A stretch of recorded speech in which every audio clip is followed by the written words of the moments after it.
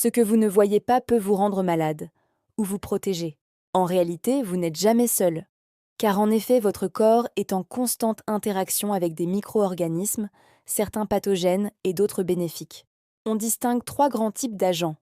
Les bactéries, comme le Pseudomonas, qui sont des organismes unicellulaires sans noyau. Les virus, comme le rotavirus, qui ont une structure acellulaire beaucoup plus petite, environ 100 nanomètres. Les protozoaires, comme le trypanosome, des organismes unicellulaires possédant un noyau. Mais comment un virus nous rend-il malade? Regardons le cycle d'un virus ARN, comme celui du coronavirus. Tout commence par la reconnaissance et la fixation du virus sur sa cellule hôte. Ensuite, l'ARN viral entre dans la cellule. Une fois à l'intérieur, le virus pirate la machine cellulaire pour multiplier son matériel génétique et fabriquer de nouvelles particules virales. Enfin, ces nouvelles particules infectieuses sortent de la cellule pour contaminer d'autres cibles. C'est ce qu'on appelle un virion sous sa forme extracellulaire. Mais comment ces agents passent-ils d'une personne à l'autre? Il existe deux modes principaux. Le premier mode, c'est par une transmission directe, c'est-à-dire sans intermédiaire. Par l'air, l'eau ou un contact cutané ou sexuel. C'est le cas par exemple du VIH ou du coronavirus. Le second mode de transmission est dit vectoriel. Ici, l'agent pathogène doit passer par un hôte intermédiaire d'une autre espèce, souvent un insecte hématophage, qui mange du sang. C'est le cas par exemple pour le plasmodium qui est responsable du paludisme, une maladie infectieuse grave. Injecté lors d'une piqûre de moustique tigre, le plasmodium est responsable d'une endémie majeure à l'échelle mondiale, avec des flambées épidémiques locales possibles, mais, pour l'instant, sans caractère pandémique.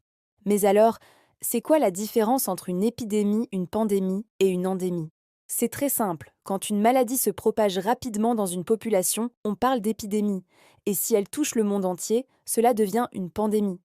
Par contre, lorsqu'elle est présente que dans une région donnée, avec un nombre de cas relativement stable dans le temps, on parle d'endémie. Comment peut-on éviter ces épidémies? Eh bien, nous avons des armes. Les gestes barrières et l'hygiène. Simple mais très efficace. La vaccination est un procédé qui entraîne le système immunitaire à reconnaître un antigène spécifique.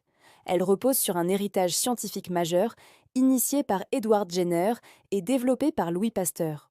Grâce à la mémoire immunitaire, notre corps produit des anticorps plus rapidement lors d'un vrai contact. Les vaccins modernes à ARN messager injectent un ARN synthétique que notre organisme traduit en protéines pour déclencher cette défense. Cependant, on dispose d'alliés, c'est le microbiote, car heureusement, tous les micro-organismes ne nous veulent pas tous du mal. Je vous rappelle que le microbiote est l'ensemble des micro-organismes non pathogènes qui vivent sur et dans notre corps. Voici quelques chiffres impressionnants. Il pèse environ 2 kg et compte entre 10 000 et 100 000 milliards d'individus. Nous l'acquérons dès la naissance, lors de l'accouchement. Pour conclure, ce microbiote vit en symbiose avec nous. Il nous aide à digérer et stimule notre système immunitaire, tandis que nous lui offrons un milieu de vie stable. Qu'ils soient des ennemis à combattre ou des alliés indispensables, les micro-organismes font partie intégrante de notre santé. Prendre soin de son microbiote et comprendre les modes de transmission des pathogènes sont les clés pour protéger notre corps. Et le saviez-vous que de nombreux aliments que vous consommez chaque jour sont fabriqués grâce à des micro-organismes?